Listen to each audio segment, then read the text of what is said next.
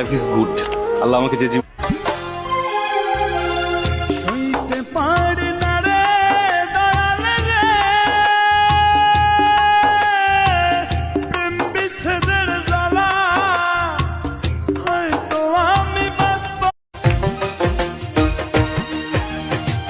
যাচাই বাছাই না করি